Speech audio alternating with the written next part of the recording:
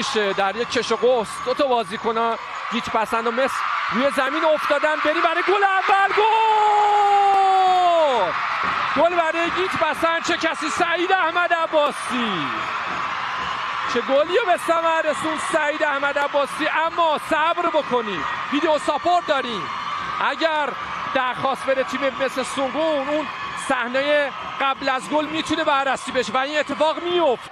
سعید احمد عباسی نیست. ببینیم دوباره این صحنه رو. اینجا که اول بهروز عظیمی زد، بعد مهدی اسدشیر جبران کرد و گل مورد قبول واقع میشه. در صحنه‌ای هم که ما دیدیم چیز خاصی هم نبود. اگر خطا هم بود مساوی میشن در عدد 2. علی اکرمی برای مسعود یوسف. باز هم برای علی اکرمی. یه فرار خوب، یه موقعیت، یه ضربه سر گل دوم.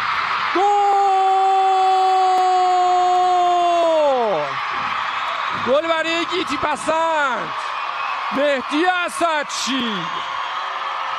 چه کردن بازیکن گیتی پسند در این صحنه. مهدی خانی تو برای مهدی جاوید. باز هم مهدی خانی. یه موقعیت گل داریم یا نه؟ بله، گل برای مثل سونگون.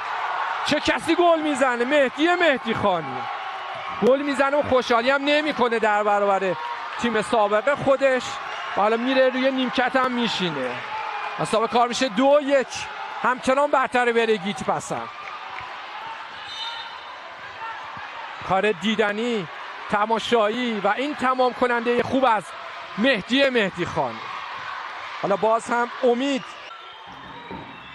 سلیمانی باش صحبت میکنه که من حواسم همه جوره هست، نگران نباش، بازی خودتو بکن. یه ضربه و سعید احمد عباسی. گل برای گیج پسند و سعید احمد عباسی. چه میکنه این پادشاه فوتسال ایران؟ سعید آقای گل، سعید احمد عباسی. حساب کار 3-1 برای گیج پسند.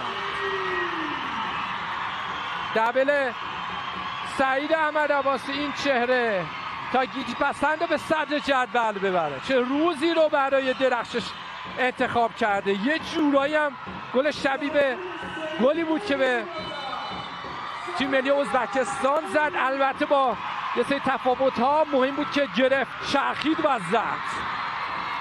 این پاسی که نواخته شد توسط محمد جواد سفری، پاس گل داد و گلر گیج پسندی ها. این طرف رو ببینیم، گل برای مصر. چه کسی گل میکنه؟ مهدی خانی. وای این بازی عجب بازی شده. گیج پسند گل میزنه، زیر 1 دقیقه گل دریافت میکنه. حساب کار میشه 3-2. بریم برای گل زیبا و دیدنیه مثل سونگون. مهدی خانی. یه پاس گل دیدنی از کارلوس سانس، تکنیک ناب خودش رو به نمایش گذاشت و این چنین دروازه گیج پسند برای بار دوم باز شد. ساق بیرون رفته و بعد دوباره برگشته و این گل به نام چه کسی؟ مهدی کریمی.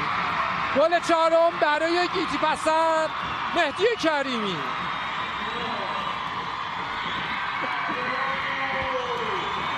و این دروازه‌بان مهدی رستمی ها دروازش برای بار 4م باز میشه.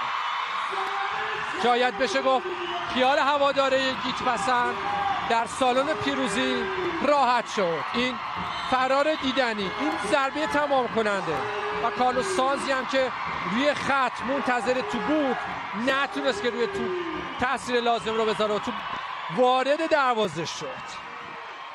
مهدی کریمی تو برخورد میکنه به مهدی خانی، گل نمیشه. حالا دروازه بدون دروازه‌بان ضربه میتونه گل بشه و حالا گل برای گیج پسند. کاملا هم سالم بود. محمد حسین درخشانی، یکی به تیر و حالا دیگری به تور.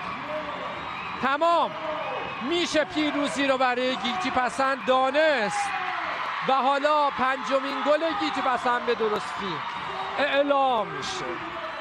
برد برای گیج پسندی ها هست، اما فراموش نکنید هنوز 3 هفته تا پایان فاصله داره.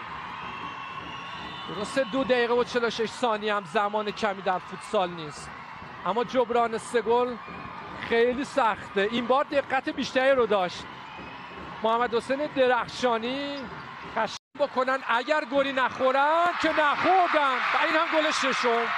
گیتیپسند 6 مثل سونگون 2. گفتم گیتیپسند تجربه 6 تایی کردن مثل سونگون رو 2-3 مرتبه داشته در فصل اخیر. این کار هم این فصل انجام میده، عین کاری که در نیم فصل اول انجام دادن. اونا 6-2 بازی رفت و برد، 6-4 بازی رفت و بردن، اینجا 6-2 میبرن.